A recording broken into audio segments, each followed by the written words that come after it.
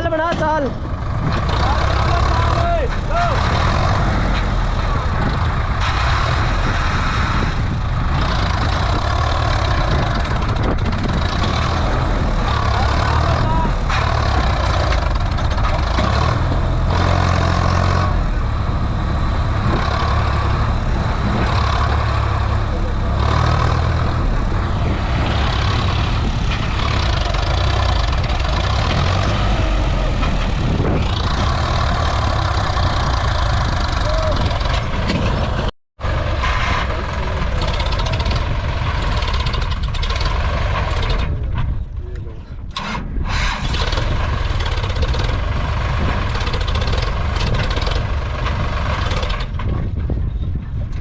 Hello,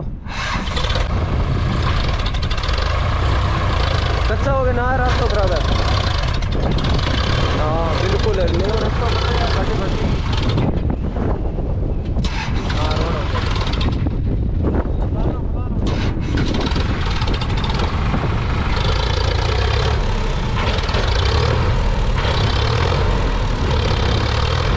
bag लेना पड़ेगा पहले।